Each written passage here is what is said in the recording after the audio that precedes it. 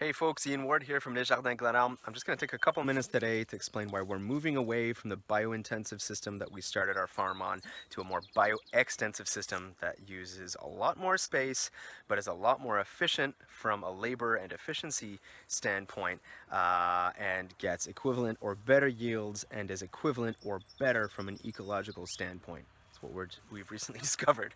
So here we've got a 6-foot bed. Now remember, on the bio-intensive system is 30-inch beds, which is nice. You can walk over the rows really easily. It facilitates hand work. But we want to reduce hand work if possible. We want to do things as efficiently as we can. Hand work is not efficient. It requires a lot of labor. We can't always get enough people to work on the farms, and this year we had one of our employees leave, and we're a very small farm, so we ended up with basically a third of our workforce missing.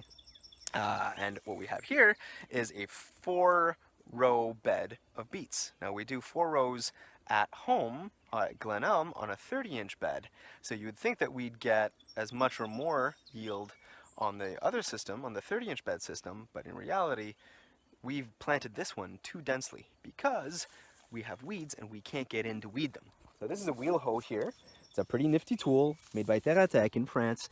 We've got knives at the front, finger weeders in the back, and the crop, like this milkweed, goes right through the middle, and it does a pretty efficient job.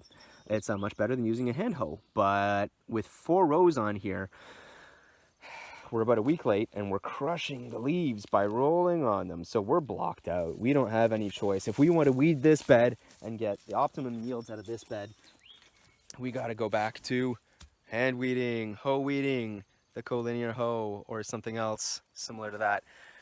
Going to be a lot of work. It's going to take a few hours if we want to get optimum yields out of this bed. If we were on 3 rows to a bed, we'd be able to use this guy, the Tillmore Power Ox, which we recently picked up. So it's a similar system, a similar setup to the wheel hoe. We've got knives at the front, fingers in the back, but here we've got a bed of young carrots. These are our fall carrots. We're going to do our first weeding on these guys, and we're going to have space to go in with this tool, which will allow us to do 90% of the weeding mechanically without having to go in with hose. So that means our yields are going to be really good. Now, the people who rented us this field a few years back, they get better yields than we do on 3 rows than we do on 5 rows or more because of that weeding efficiency, because they don't get into situations like I did with the beets here, where we're not able to get in and weed properly, because in reality, we're only going to do a partial job on that. We don't have time to spend 4 hours weeding that. It's not worth it for us. We're still going to get some yields out of that bed, just not optimal yields.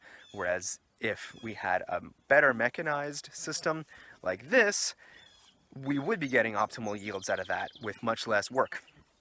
Now, from an ecological standpoint, small bio-intensive farms use a lot of compost and other inputs that have to be created elsewhere.